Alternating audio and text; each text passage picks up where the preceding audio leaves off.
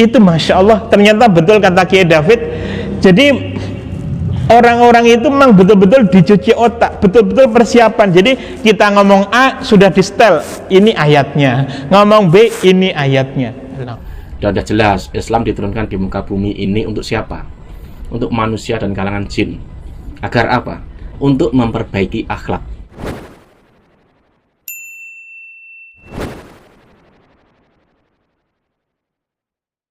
Ini apa? Matur nuwun. Di dalam agama itu ada yang namanya usul, ada yang namanya furu'.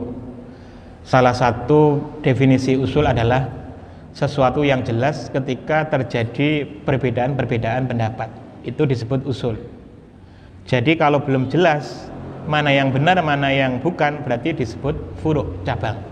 Tetapi kalau sudah jelas berarti itu usul yang jelas. Contoh yang usul misalnya bahwa Nabi Isa ibnu Maryam akan turun di akhir zaman. Itu bagian dari ijma para ulama. Berarti usul itu, sesuatu yang jelas. Nah, tetapi antara yang usul dengan yang furu' itu lebih banyak yang furu', kabar gembiranya. Sehingga karena furu' maka boleh berbeda pendapat. Nah, perbedaan umatku adalah rahmat. Jadi ketika ada perbedaan pendapat dan itu dalam furu' atau furu'ul akidah pun tidak masalah. Justru itu menjadi peluang kita ini bisa bertoleransi kepada yang lain. Nah, ketika kita mampu memahamkan bahwa ada toleransi dalam beragama ini, berarti betapa luasnya Islam, betapa rahmatnya Islam. Bahkan Rasulullah itu mendapati sahabatnya itu berbeda-beda cara berpikirnya. Contoh, ada yang suka baca Quran banter, modelnya Umar bin Khattab. Ketika ditanya oleh Rasulullah, kenapa kok banter? Ya supaya saya tidak ngantuk. Ada yang modelnya lirih, kayak Abu Bakar. Kenapa kok lirih? Ya saya itu orangnya agak cengeng. Kalau saya ini khawatir menangis, ya, semacam itu. Nah, jadi perbedaan itu ternyata menjadi rahmat. Kenapa? Karena watak orang itu berbeda-beda. Ada watak orang itu yang agak saklek, ada yang lembut. Ini masing-masing punya wilayah. Seperti kita diberi rahmat yang luar biasa, Mbah Wahab yang pada umumnya lentur itu bertemu dengan adik iparnya yaitu Kiai Bisri Sansuri yang cenderung tegas. Jadi Kiai Mustafa Bisri itu ketika melihat Mbah Wahab dan Mbah Bisri yang berbeda itu, beliau itu seolah-olah melihat dua murid Rasulullah yaitu Abu Bakar dan Umar. Abu Bakar yang lembut, Umar yang tegas. Siapa? Mbah Wahab yang lentur, Mbah Bisri yang tegas. Kemudian ketika Mbah Wahab meninggal, Mbah Bisri mewarisi kelenturan dari Mbah Wahab itu. Ini kan menarik. Nah, memang perdebatan itu tidak selalu dibutuhkan. Imam Ghazali sendiri menyatakan efek dari perdebatan itu belum tentu efektif. Ya, tidak terlalu banyak. Jadi makanya, tetapi kenapa beliau itu punya kitab-kitab akidah? Ya, kitab itu konsumsinya untuk orang-orang yang membutuhkan. Tidak seluruh orang butuh ilmu akidah yang menjelimit-jelimit begitu. Nah, karena itulah Rasulullah memberi kabar kepada kita kebanyakan pengikut ahli surga itu adalah orang-orang yang polos dalam bahasa sekarang. Orang-orang yang polos. Kenapa? Karena secara faktual lebih banyak orang polos daripada orang kiai-kiai pinter kayak Kiai David yang ahli debat. Nah, kalau terlalu banyak ahli debat kan jadi masalah juga. Ruwet ini nanti jadinya. Geger terus. Jadi sesama suninya ahli debat. Iya sama benernya. Yang satu kunut itu begini, yang satu ini. Waduh, geger terus. Makanya ahli-ahli debat itu harus ada, tetapi proporsional dibutuhkan. Jadi yang ahli Syiah ya cukuplah. Ya sekedarnya, pokoknya bisa menjawab gitu. Yang kebanyakan itu yang malah enak. Kita itu enak itu Bapak Ibu, enak, nggak usah debat-debat. Pokoknya terima jadi apa yang didaukan oleh beliau dan para kiai yang lain. Kan tinggal enak. Sehingga kemudian ketika iman kita itu ingin menjadi ini, maka sentuhannya itu bukan sentuhan ilmu kalam, tetapi sentuhan ilmu tasawuf. Lah, inilah keberhasilan Imam Al-Ghazali. Beliau itu adalah seorang ahli debat, ahli kalam, ahli fikih, ahli filsafat, ternyata juga bagian dari ahli tasawuf. Nah, ini jadi kesejukan itu misalnya muncul pada era Imam Al-Ghazali, dan beliau adalah era-era selepas Imam Abul Hasan Al-Asy'ari. Jadi ya karena itulah Rasulullah itu dalam hadisnya itu meriwayatkan banyak kisah-kisah yang bersifat spiritual, keimanan, menyentuh hati. Jadi kalau ilmu kalam itu kan menyentuh pikiran. Nah, jangan diberhentikan pada ilmu kalam, tetapi harus diteruskan kepada ilmu tasawuf, ilmu kalam, ilmu tasawuf.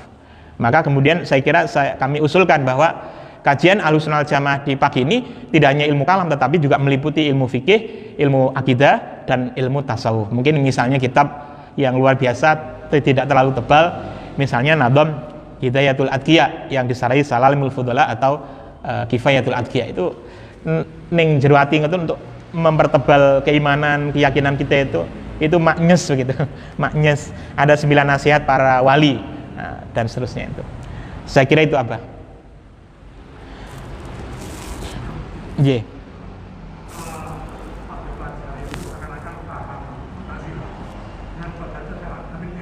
Iya, betul.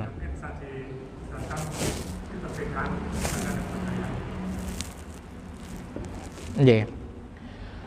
Iya, betul sekali. Aliran Qadariyah itu memang seirisan dengan aliran Mu'tazilah. Jadi orang yang Mu'tazilah pasti Qadariyah.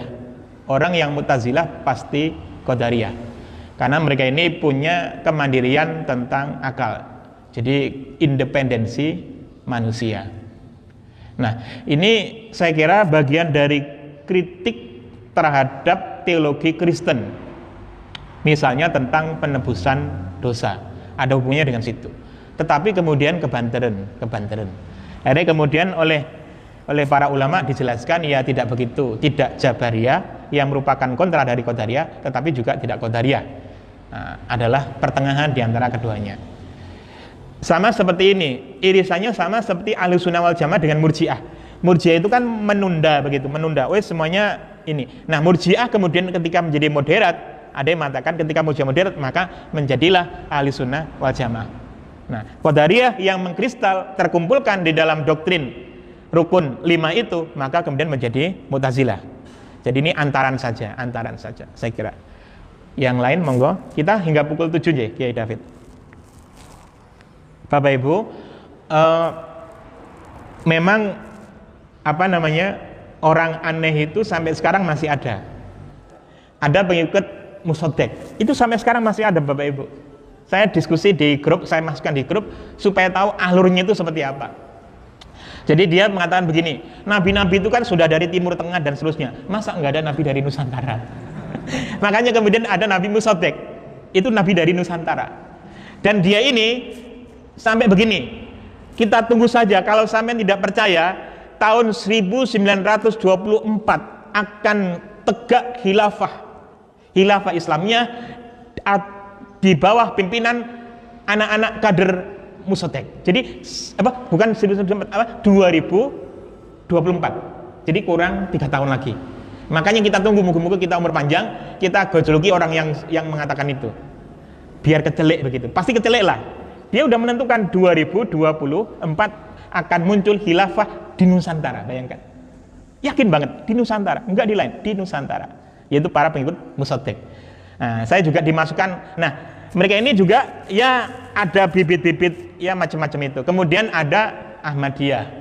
Saya juga diskusi dengan seru kepada mereka. Artinya Bapak Ibu, penyimpangan-penyimpangan, bid'ah di luar Ahlussunnah Jamaah itu nyata ada, walaupun sedikit tapi nyata. Lia Eden, kemudian yang sering dikritik oleh Kiai David itu yang ngobam-ngobam itu Ansarud Daulah. Nah, itu ternyata ada.